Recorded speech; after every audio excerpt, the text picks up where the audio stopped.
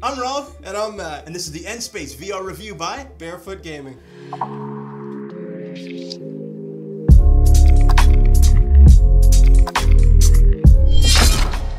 Matthew, what is End Space VR? What's the gist of this game?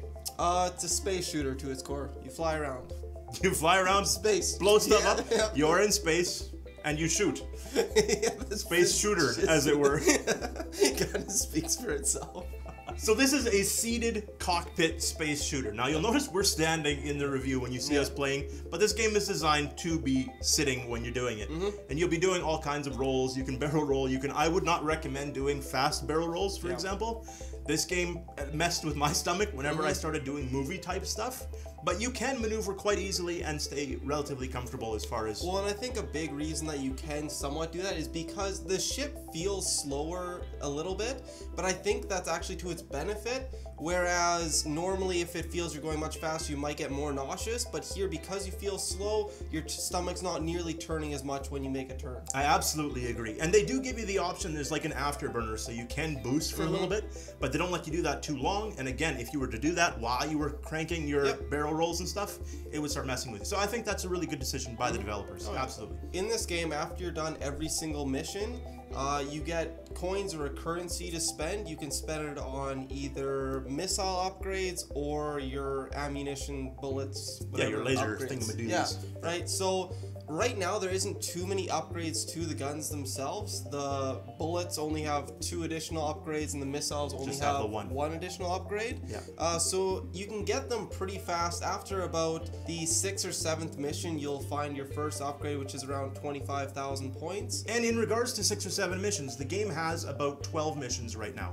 Now, I talked to the developer, and he has said that more missions are in the works, but you always have to look at a game where it sits right now. It's great if stuff comes out, but there is never a guarantee, there's never a promise that those are coming. So we're reviewing it at the 12 missions it's sitting at right now. And you can play through the missions more than once. You can go back, you can either, just if you enjoy the dogfighting, you can keep replaying them, or if you like a certain part and you think you can do better, feel welcome. Yeah, and there's some missions where they'll just keep coming wave after wave until you've actually done the objective for the mission. So it's not necessarily you have to kill them, you can do other stuff to complete the objective. And let's talk about the controls. Now, by default, it was look to fly. Yes, which is very nauseating. I wouldn't recommend doing that, because you look around and it immediately feels like your stomach wants to turn. So we changed that, so you basically look to shoot and your controller flies. Yeah, and this supports it supports your wireless controllers, like on your Vive Wand, or your Rift, or your mixed reality.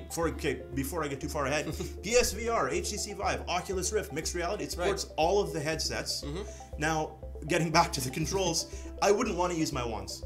The first time I held the Vive Wand, for example, and the touchpad was 4 different buttons on each. It needs too many buttons. So we defaulted to an Xbox One controller, but this game does support hot ass as well. Hot ass. And the controls are pretty straightforward. Right, so your A button is your boost, your right and left triggers are your missiles and your machine gun, your analog sticks are basically doing your barrel rolls and steering and stuff like that. And accelerating, that's your basic acceleration and killing your acceleration. Which does feel a little bit weird, so I'd probably recommend changing the acceleration to a different button. Because if you're pushing it forward to try and accelerate or something like that, you most of the time will start doing barrel rolls side to side. Drift. Yeah, you drift. You can't really control yourself properly then. So at the 12 levels that are included right now, estimate between 2 and 3 hours game time. You might be able to blast through it a little bit quicker if you want to go back and replay. Obviously, you're going to get more time out of it. This game is coming out at $19.99 US, and it's time for the review. Matthew, out of 5. How many roly-poly spaceships out of 5 would you give this, and why? I'd probably give it a 3.5 out of 5. I really like the idea of the game and the flying around, and the game looks really nice to its core. I'm just not a huge fan personally of space shooters. To me, they get a little bit old and boring after a while, so that's why I would go with a 3.5 out of 5. Again, I really like the aesthetics of the game and the graphics. It looks really nice. I like the voice comms of the game. It doesn't sound as if somebody is just talking into a mic. It sounds like there's actually someone giving you directions from a base somewhere else. So, I mean, yeah, for me, it is a really fun game, but I give it a 3 out of 5. So, myself, the game has a storyline, but the storyline doesn't really matter. It's go from this mission to go to that mission, and your missions matter. You'll have your objectives, you have whatever you have to do. This gave me a little bit of a vibe of the old days X-Wing versus TIE Fighter type thing. And I've missed that. I've missed the arcade style. Don't get me wrong, games like Elite Dangerous are fantastic, except not everyone wants to learn the 300 button combinations it's gonna take to dock a ship. You don't have to worry about docking here. You fly into battle, you take stuff out, or you protect things, and then you warp back home. That's it. That's your mission. I like the fact that it's that straightforward.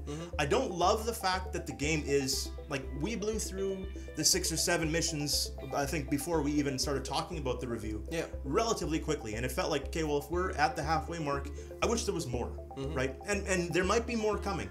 But that's going to be a negative for me. The amount of replayability is going to be limited. I like going in. I love having the fresh missions, not knowing what I'm going to be up against. I'm giving it a 4 out of 5. My only limitation is the fact that I don't feel like there's enough meat and potatoes in this to hold me for longer than that. But 4 out of 5 is still a really good score. So if you're looking for an arcade space shooter, I would recommend this. I think it's a good time. No multiplayer. I should mention, there is no multiplayer. This is a single player experience. I don't know. I didn't want to let that one slip. And that's it. You just saw another Barefoot Gaming review. Thank you so much for watching. Thanks. Subscribe. Yes, it'd be awesome. Subscribe, like, leave comments. Do your thing, guys. Like, we love hearing from you. Do your thing. We're out of here. Talk to you later. See ya.